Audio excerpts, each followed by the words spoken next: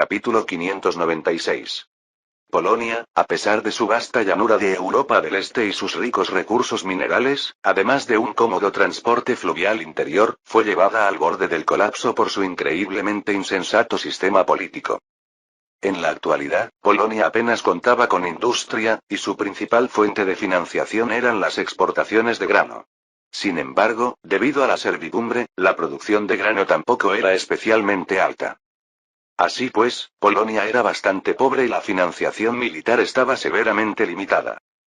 Durante el anterior auge del nacionalismo, muchos polacos deseaban unirse al ejército, pero el país simplemente no podía permitirse mantenerlos. Las finanzas de Francia también estaban ajustadas, por lo que, naturalmente, no destinaría fondos a ayuda como lo hizo Gran Bretaña. La solución que tenía José para Polonia era explotar plenamente la mina de plata de la montaña Tarnowsk. En su memoria, esta fue la mina de plata más grande del mundo en el siglo XXI, con una producción anual de miles de toneladas. Sin embargo, Brian le dijo que la producción actual de esa mina de plata era inferior a 30.000 libras, unas 14 toneladas, que, de acuñarse, valdrían aproximadamente 2 millones de francos. Por lo tanto, Joseph dedujo que la gran mayoría de esta mina de plata aún estaba inexplorada. Si pudieran multiplicar por 6 o 7 la producción minera, se resolverían fácilmente los problemas de gasto militar de Polonia. Esta vez, incluso hizo que Sykes trajera de varios geólogos franceses a Polonia. Una vez que la nueva mina comenzara a excavar, Francia también podría invertir y obtener ganancias adicionales. El príncipe Poniatowski oyó esto y negó con la cabeza con impotencia. Me temo que quizá no esté al tanto de la situación en Cracovia. Ya hemos aprovechado todo lo que hemos podido allí. De hecho, existen muchos lugares donde se han encontrado capas minerales, pero la ubicación de estas vetas es profunda, lo que requiere la excavación de túneles subterráneos para la minería. Sin embargo, Cracovia cuenta con abundante agua subterránea. La mayoría de los túneles quedarían inundados en tan solo 3 o 4 días. Esto estaba más allá del conocimiento de Sykes, por lo que solo pudo decir con impotencia: consultaré al señor Peche sobre este asunto. Peche era el geólogo que lo acompañó a Polonia. La cena terminó rápidamente y al día siguiente el rey Stanislao Augusto Poniatowski, junto con su sobrino, llevó a Sykes a inspeccionar la división de infantería más elitista de Polonia. En el campamento, miles de soldados completamente equipados con el uniforme prusiano formaban cuadrados ordenados para ser inspeccionados. Un oficial de nariz alta y rostro rudo blandió su sable y gritó: «Comience la inspección». La música militar circundante comenzó a sonar de inmediato, y los soldados comenzaron a demostrar la transición de formaciones cuadradas a columnas de ataque. Todo el proceso fue bastante rápido y ordenado, a la altura de los estándares del antiguo ejército francés. Señalando a ese oficial, el príncipe Poniatowski se lo presentó a Sykes. El príncipe heredero me recomendó una vez al general Tadeusz Kościuszko, bueno, en ese entonces todavía era teniente coronel. Así que intenté confiarle una unidad militar. Claramente, el príncipe heredero tenía razón. El general Kościuszko demostró rápidamente su talento al mando. Ahora ha sido ascendido a vicealmirante y se desempeña como comandante de la tercera división de infantería del dominio del rey, que custodia Warren. Warren era un punto estratégico en el centro-sur de Polonia, con el 60% del ejército polaco estacionado allí. En otras palabras, Kościuszko era ahora casi la segunda figura más importante del ejército polaco. Este héroe nacional polaco, que nunca había sido derrotado en combates secundarios, gracias a la intervención de Joseph, avanzó en su carrera 2 años antes. Con estos 2 años adicionales de integración en el ejército, estaba destinado a desempeñar un papel más importante en la batalla contra la invasión. El príncipe Poniatowski continuó. Por supuesto, aparte de las 2 divisiones del dominio del rey, la efectividad en combate de las otras tropas aún está lejos de la del ejército ruso, sin mencionar a los soldados recién reclutados. Si tuviera unos años más, estoy seguro de que podría lograr que el poder de combate del ejército superara al de los rusos. Sykes dijo. Pero no tienes tanto tiempo. Esta vez también traje armeros, que te ayudarán a aumentar la producción y la calidad de las armas. Ah, cierto. El príncipe heredero también sugiere que se restablezca la caballería alada. ¿Caballería alada? El príncipe rió y negó con la cabeza. Su gloria ha quedado en las leyendas, ahora, en las batallas actuales, esas alas sirven de poco más allá de intimidar. No, son útiles, replicó Sais. Son el orgullo de Polonia, un símbolo de espíritu. No es necesario equipar a la caballería alada con armadura pesada como antes, pero el simple hecho de llevar esas alas infundirá una moral alta entre todos los soldados. Esto dudó el príncipe, pero por respeto a sus amigos franceses asintió. Está bien, empezaré por formar un campamento de caballería para probarlo. Sais repitió las sugerencias del príncipe José sobre la organización militar, y luego añadió. El príncipe heredero tiene otra sugerencia que podría ganar tiempo para Polonia, solo que...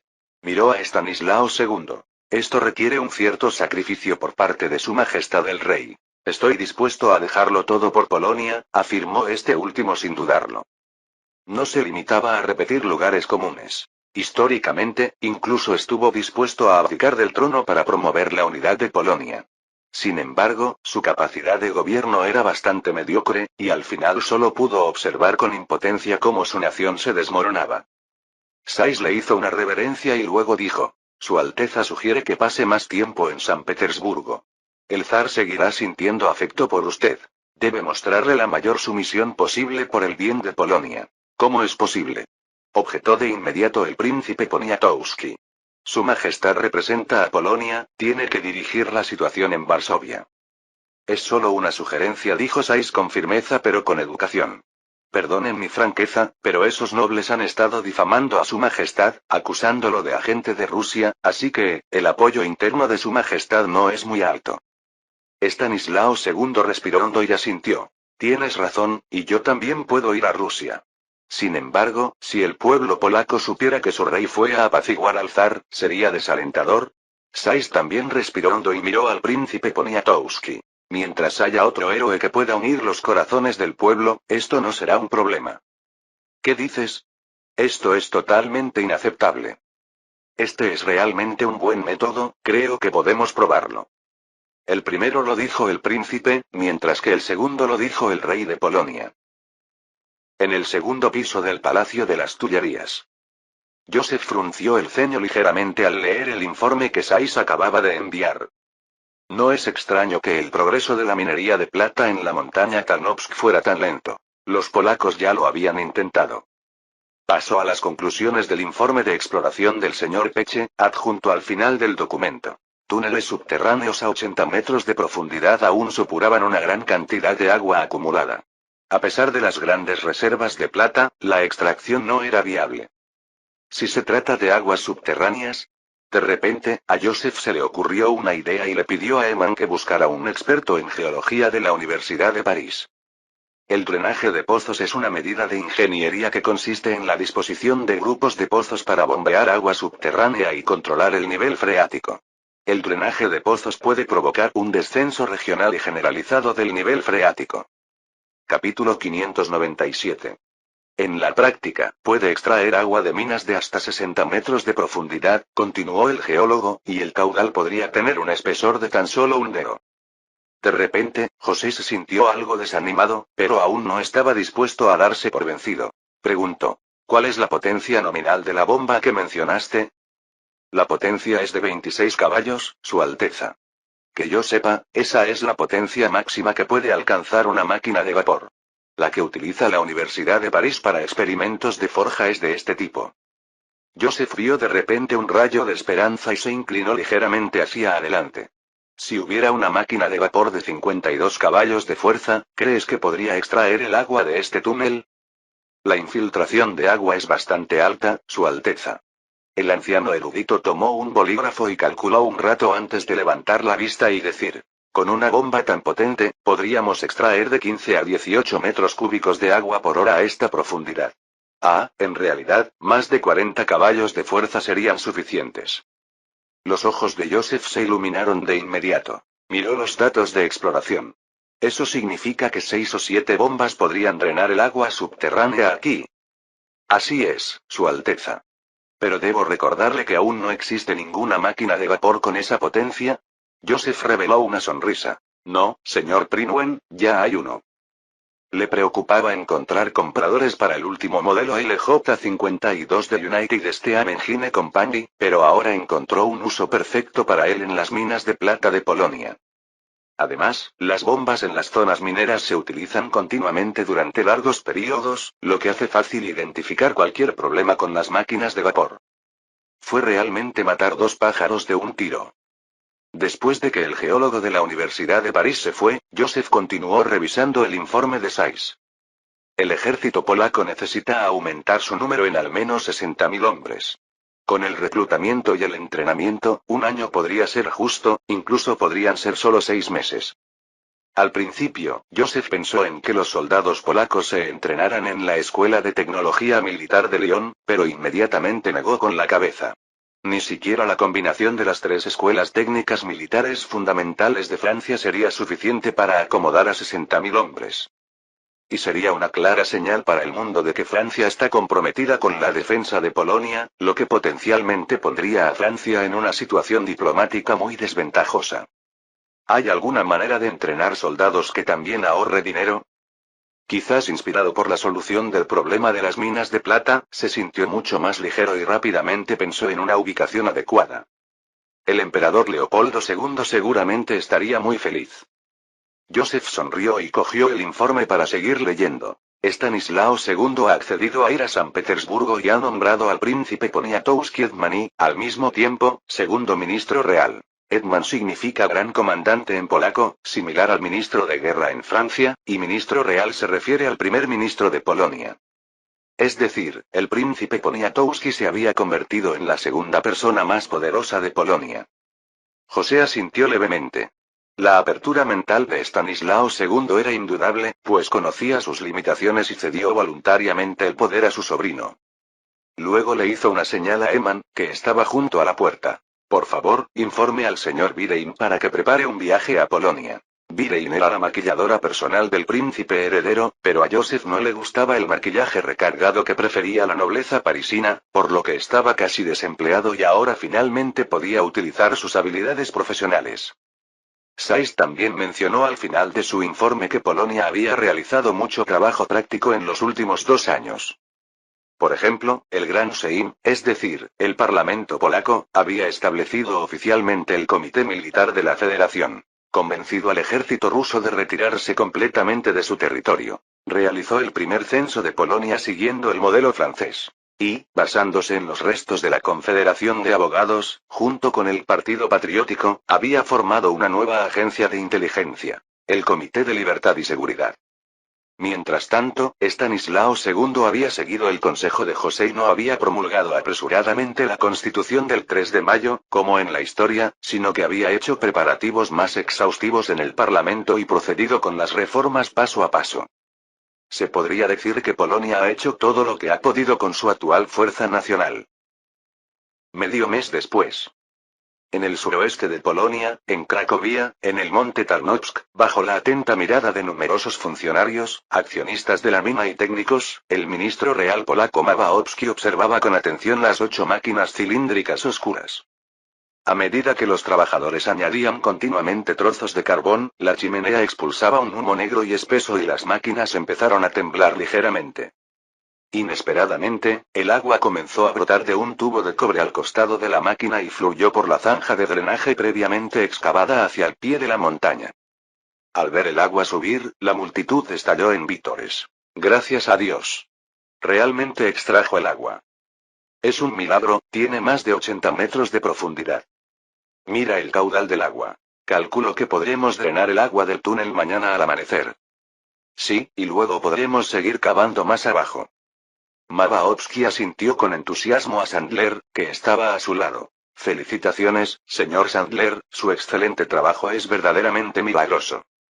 Deberíamos estar de enhorabuena. Sandler sonrió y dijo. Además, este no es solo milagro. El milagro le pertenece a LJ52. Había regresado inmediatamente a la compañía desde Bretaña siguiendo instrucciones del príncipe heredero, llevándose consigo a Polonia las 8 máquinas de vapor de alta presión que tenía en stock. Tras una intensa construcción, el LJ52, con su formidable potencia, extrajo agua subterránea acumulada en las minas durante más de 100 años. Mabaovsky tomó una copa de vino de un sirviente y se la entregó a Sandler. Sí, felicidades. A la Compañía de Desarrollo Minero de París. Sandler y todos levantaron sus copas. Por la Compañía de Desarrollo Minero de París. La llamada Compañía de Desarrollo Minero de París era una empresa que Joseph acababa de crear para invertir en la mina de plata de la montaña Tarnovsk. La empresa había comprado 8 máquinas de vapor de alta presión LJ-52 de la United Steam Engine Company e invirtió 1 millón de francos en la mina de plata, adquiriendo así el 40% de las acciones de la mina. Al invertir 500.000 francos en máquinas de vapor y otros equipos técnicos, la empresa de desarrollo minero había invertido más de 1,6 millones de francos. La producción anual de la mina era de 2 millones de francos, lo que les permitió recuperar la inversión en 2 años. Sin duda, fue una operación rentable. El gobierno polaco también estuvo dispuesto a facilitar esta cooperación. La empresa francesa prometió triplicar la producción de la mina. De lograrlo, esto contribuiría significativamente a las finanzas de Polonia. Incluso si no se alcanzara el objetivo, 1 millón de francos ayudaría a resolver muchos de los problemas del gobierno polaco y a fomentar las buenas relaciones con Francia. Ahora que se había extraído con éxito el agua subterránea, el gobierno polaco también obtenía grandes beneficios. Tras observar el correcto funcionamiento de la máquina de bombeo durante 1 hora, el ministro real polaco hizo un gesto cálido al gerente de la empresa de desarrollo minero y a otros, incluido Sandler. Caballeros, el banquete de celebración está a punto de comenzar, volvamos. Después del banquete, aún tenemos que firmar acuerdos de cooperación de seguimiento. Capítulo 598. En el acuerdo posterior con la Compañía de Desarrollo Minero de París, Polonia prometió garantizar un número adecuado de trabajadores para las minas y comprar 20 máquinas de vapor LJ-52, junto con los servicios de mantenimiento correspondientes. Según la evaluación del geólogo señor Peche, la mina de plata había sido desarrollada a menos del 10%, en esencia, esa fue la evaluación de Joseph. A medida que se excavaban más minas, la demanda de máquinas de bombeo aumentaba rápidamente, por lo que realizar pedidos con antelación era bastante necesario. Y la empresa de desarrollo minero brindaría apoyo técnico para la topografía, el bombeo y la seguridad de la mina. Tan solo un día después de la firma del acuerdo, más de 500 mineros de la zona de Cracovia acudieron al monte Tarnovsk en busca de oportunidades laborales. Sus familias habían dependido de las minas de plata durante generaciones, y ahora, con la noticia de la expansión de las minas, todos estaban muy emocionados, con la esperanza de ganar más salarios. Estas personas también tenían habilidades muy hábiles para la minería. Incluso los niños en sus primeros años de adolescencia podían cavar de 4 a 5 metros de profundidad cada día, por no hablar de los adultos.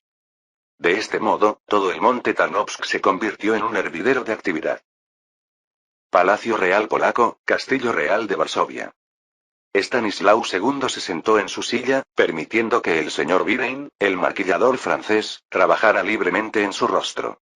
El príncipe Poniatowski, al observar el espeso polvo en el rostro del señor Virein y sus labios de color rojo cereza, no pudo evitar sentirse ansioso. Le resultaba difícil imaginar cómo luciría su tío después de ser maquillado por el artista.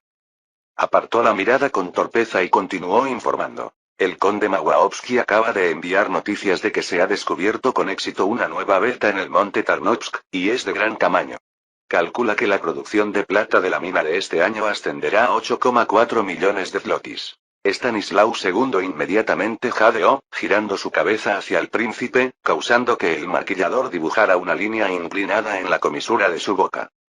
No es extraño que estuviera tan entusiasmado. Los ingresos financieros de Polonia el año pasado fueron de solo 20 millones de zlotis. Esta mina por sí sola generaba más de un tercio de los ingresos financieros. 8,4 millones de zlotis equivalían aproximadamente a 13 millones de francos. En otras palabras, la producción de la mina de plata de la montaña Tarnovsk se había sextuplicado en poco más de un mes. Al príncipe Poniatowski parecerle que esto no era suficientemente impactante para el rey de Polonia, y añadió. El conde Mawaowski también dice que si la excavación de la nueva mina en la cordillera del sur se desarrolla sin problemas, la producción del próximo año podría superar los 10 millones de zlotis. 10 millones de zlotis eran 15 millones de francos. La Sociedad de Desarrollo Minero de París, con su 40% de participación, podría recaudar más de 6 millones. Joseph estimó que, debido a la limitada tecnología minera de la época, no sería posible explotar plenamente la capacidad de la mina, pero aún así debería ser posible obtener un ingreso anual de 20 millones de francos. El príncipe Poniatowski continuó. Su Majestad, gracias a las ganancias de las minas de plata, podríamos duplicar el tamaño del ejército. Él no le temía al maquillador. Después de todo, era el sirviente exclusivo del príncipe heredero de Francia. Stanislao II asintió repetidamente. Tú eres el Gaetman, la expansión militar está en tus manos. El príncipe asintió. Sí, Su Majestad. Ah, y sobre el entrenamiento militar, el señor Saiz ha hecho una sugerencia muy original. Por favor, continúe. Sugirió que podríamos ayudar a Austria a sofocar la insurrección en Eslavonia. Aunque esto podría causar algunas bajas, el combate real permitiría un rápido aumento de soldados, y Su Majestad Leopoldo II debería estar dispuesto a proporcionarnos algunos suministros, lo que también nos ayudaría a ahorrar en gastos militares. Eslavonia es una provincia del sur de Austria, habitada principalmente por serbios, y Serbia, al sur, ha reclamado repetidamente este territorio como suyo, aunque de hecho Austria se lo arrebató. Apoyada e incitada por Belgrado, la insurrección en Eslavonia ha sido casi incesante. Últimamente, debido al conflicto prusiano-austríaco en Silesia, Austria ha estado demasiado preocupada como para prestar atención, lo que ha provocado un levantamiento cada vez más feroz que se ha vuelto casi incontrolable.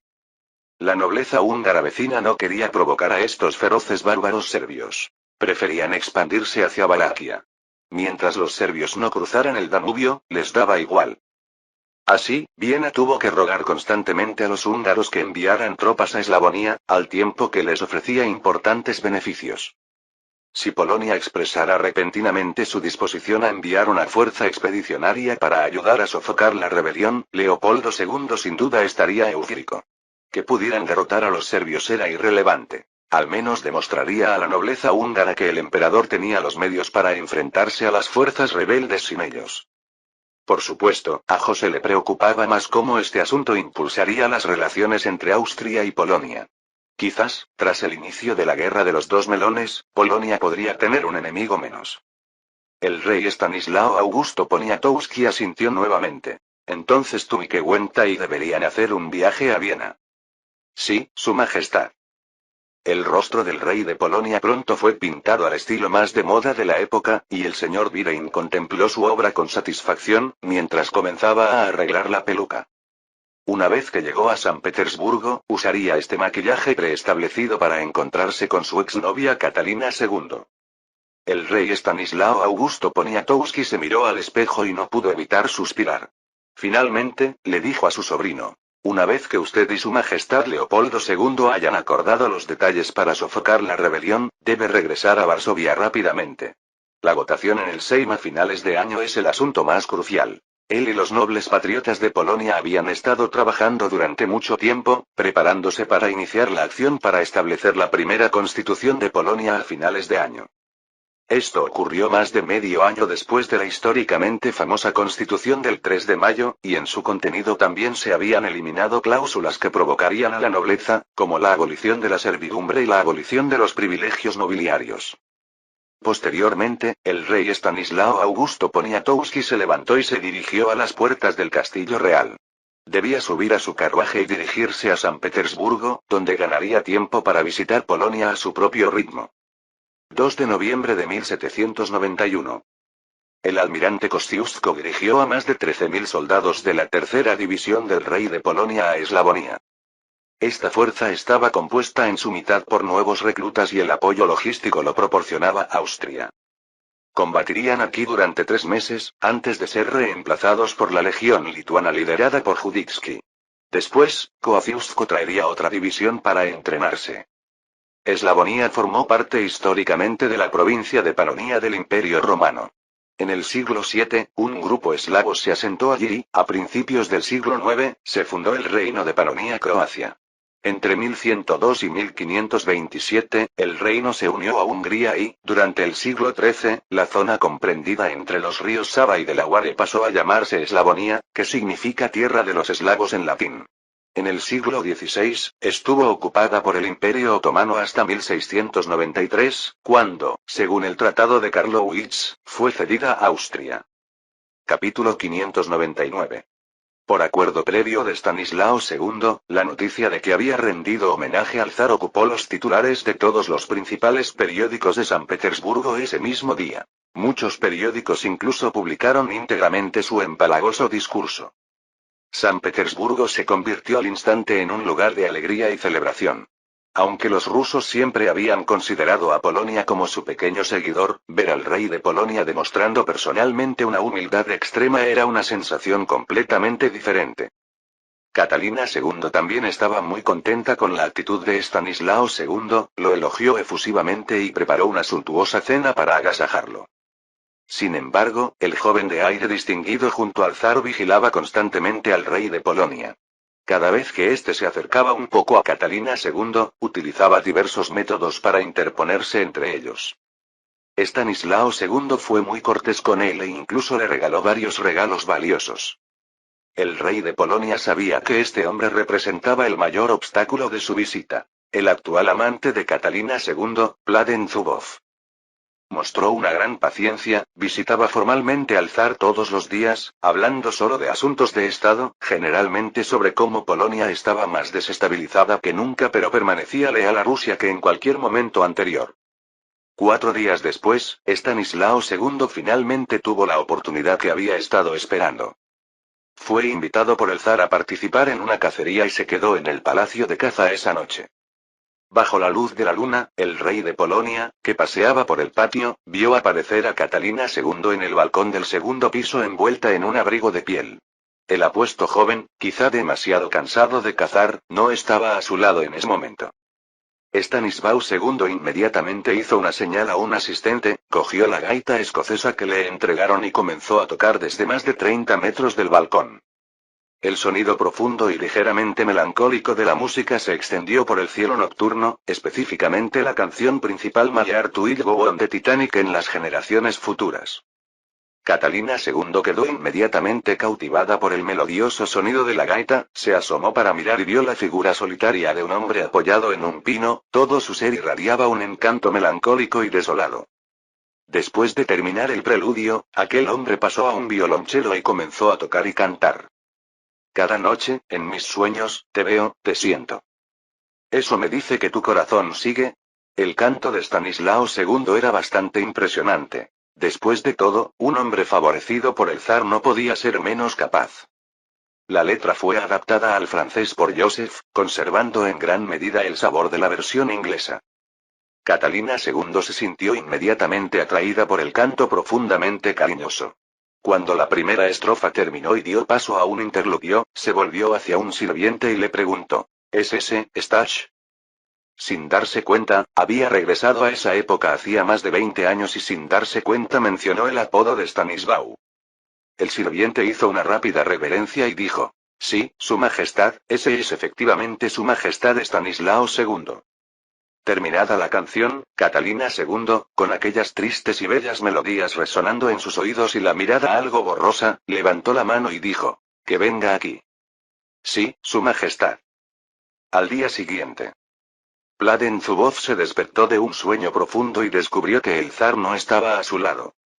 Se vistió apresuradamente y se dirigió a la sala de estar, solo para ver a Catalina II admirando una pintura al óleo. Junto a ella estaba el artista de la pintura, el famoso pintor ruso Feodor Stepanovich Rokotov. En el cuadro, Stanislao II hace una humilde reverencia, mientras el zar se encuentra en los altos escalones frente a la entrada del Palacio de Invierno, rodeado de cientos de nobles rusos, exudando una presencia imperial. Era la escena del primer día que el rey de Polonia vino de visita. Por supuesto, el cuadro fue encargado por Stanislao II a Rokotov por una suma considerable. Catalina II miró el cuadro con satisfacción y le ordenó a su asistente: Cuélgalo en la sala de conciertos cuando regresemos. Ella no lo admiró solo porque representaba a Stanislao II, sino porque mostraba la majestad del zar de Rusia y la postura sumisa de Polonia. La noche siguiente, Stanislao II se encontró accidentalmente con Catalina en el pasillo. Después de despedir a Zubov, escuchó a su músico Stats tocar Let It Be Me. Gracias a Dios que te conocí. Quiero quedarme contigo para siempre. Esta canción principal de Art era aún más apasionante y directa que la del día anterior, sumergiendo una vez más a Catalina II en los recuerdos del pasado. Después de un rato, se volvió hacia Stach. Nunca antes demostraste un talento para la composición tan excepcional. Todavía no puedo componer, Su Majestad, simplemente escribí el anhelo en mi corazón. Catalina II sonrió, no regresó a la habitación de Zubov, sino que conversó largamente con Stach junto a la chimenea, escuchando varias veces My Heart Will Go On, con el rostro lleno de recuerdos. Estanislao II no esperaba que las cosas fueran tan bien. Después de todo, el príncipe heredero había preparado para él 7 canciones extremadamente románticas, cada una de ellas profundamente conmovedora, auténticas obras maestras. Pero solo hizo falta la segunda canción para sellar el trato. Después de eso, aunque Catalina II todavía favorecía a Zubov, porque después de todo, un hombre de 50 años seguramente no podía rivalizar con el gusto de un joven de 20 años, de vez en cuando llamaba a Stach para tocar esas conmovedoras canciones y revivir los tiempos románticos del pasado. De hecho, la carne madura también tiene sus sabores únicos, a veces más apetitosos que la carne fresca. Así pues, Estanislao II se instaló sin pudor en el Palacio de Invierno. Varsovia. En el gran salón del Palacio Hacienki, el príncipe Poniatowski miró a los presentes y hojeó los documentos que tenía en la mano, diciendo: entonces, en cuanto al establecimiento del catolicismo como religión del Estado, creo que todos están de acuerdo, ¿verdad? Recientemente había completado una revisión exhaustiva de las cláusulas constitucionales con Sais. Este último, utilizando su extraordinario sentido político, le ayudó a eliminar todo contenido potencial que pudiera sacudir la situación. También le ayudó a trazar la distribución de las fuerzas políticas en Polonia y a formular un plan para unir a todas las facciones políticas. Un representante del Partido Patriótico frunció los labios pero no dijo nada. En las cláusulas de enmienda que acaba de leer el príncipe, si bien el catolicismo se convirtió en la religión del Estado, la Constitución no exigía a los ciudadanos convertirse al catolicismo. Se permitían el protestantismo, la ortodoxia oriental e incluso el islam. Debido a esta cláusula sobre la religión del Estado, el Vaticano había prometido proporcionar a Polonia una ayuda de 250.000 escudos, aproximadamente el equivalente a 1,1 millones de francos. Para el tacaño Vaticano, esta era una suma enorme, lo que demostraba claramente su satisfacción con el reposicionamiento de Polonia como la lanza de Dios. Capítulo 600. El Partido Patriota había recibido 200.000 zlotys de los fondos, por lo que momentáneamente dejó de plantear la cuestión de su ideología de libertad religiosa. El príncipe Poniatowski asintió con satisfacción y continuó. En cuanto a las propiedades de la nobleza, mientras posean virtud y sean defensores de la libertad y la Constitución, debemos reconocer su legalidad y garantizar la seguridad de sus tierras y todas las demás propiedades. Sus palabras recibieron inmediatamente elogios unánimes de la facción noble conservadora, el partido Hetman.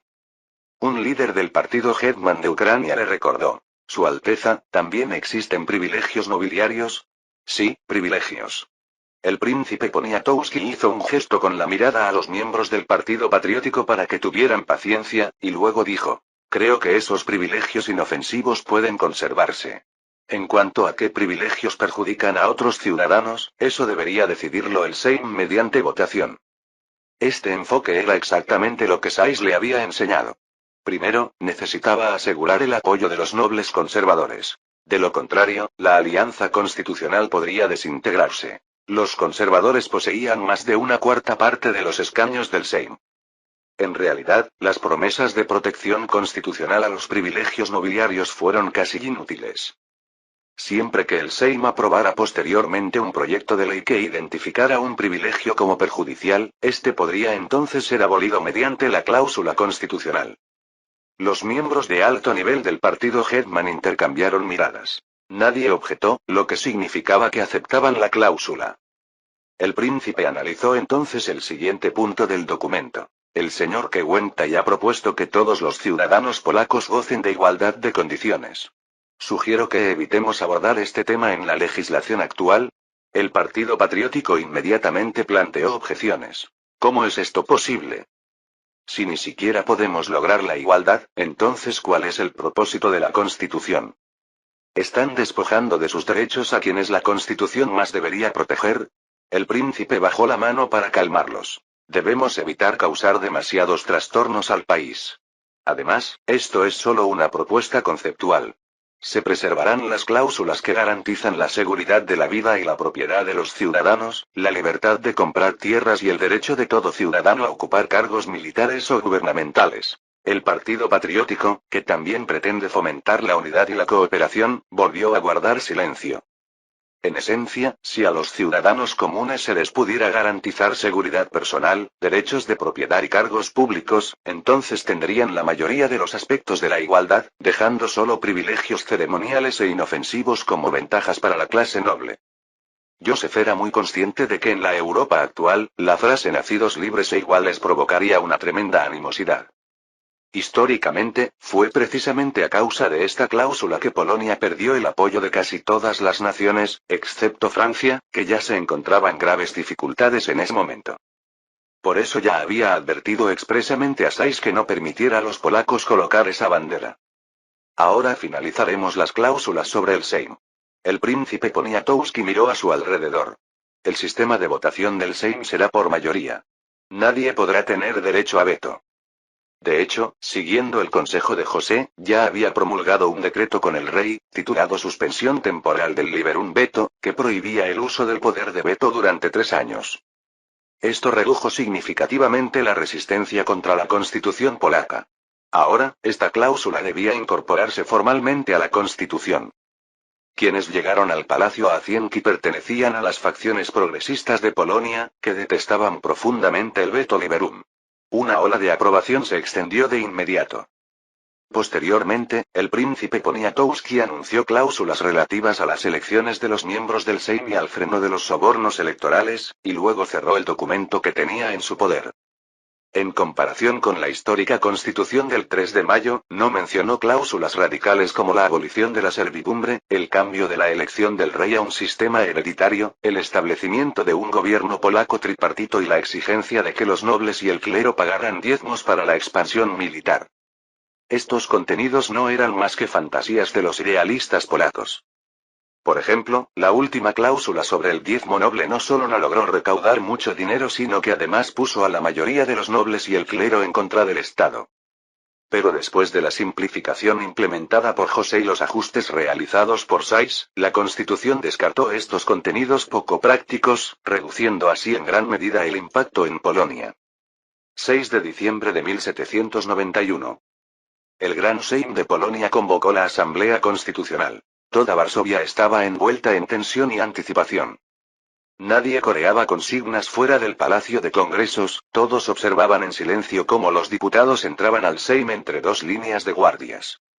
Esto no tenía nada que ver con el ambiente secreto que reinaba durante la votación de la Constitución del 3 de mayo, ante el temor de ser descubiertos por los nobles conservadores. La policía de Varsovia, como siempre, estaba ocupada, no en mantener el orden, sino en ocuparse de los casos difíciles que habían aumentado recientemente. En el lado oeste del río Narew, afuera de una mansión, los agentes de policía estaban retirando el cadáver del barón Osiskowicz. Varias mujeres, apoyadas por sirvientes, lloraban a gritos, pero pronto un agente de la jefatura de policía se acercó a la baronesa y le dijo: «Lo siento, pero según nuestras averiguaciones, parece que el varón se cayó accidentalmente del balcón». Un agente especial del Comité de Libertad y Seguridad, al oír al policía, se cubrió más la capucha y se dio la vuelta. Era miembro de la Confederación de Abogados, un ferviente patriota, que había asesinado personalmente a 4 nobles rusos hacía más de una década. Tras recibir el indulto del rey, pasó a formar parte de la estructura de inteligencia polaca. El barón Osiskowicz, a quien había asesinado la noche anterior, era un firme delegado prorruso. Hoy, sin duda, habría emitido un voto negativo contra la Constitución en el Sejm. Entonces, tuvo que morir. Al igual que Osiskowicz, las facciones prorrusas habían visto a más de una docena de miembros eliminados en los últimos meses. Estos exmiembros de la Confederación de Abogados no temían a la muerte. Hace más de una década, incluso se atrevieron a secuestrar al rey. Varios diputados prorrusos fueron reemplazados a costa de sus vidas. por supuesto, siempre hicieron que las muertes parecieran accidentes para evitar que los rusos los detectaran.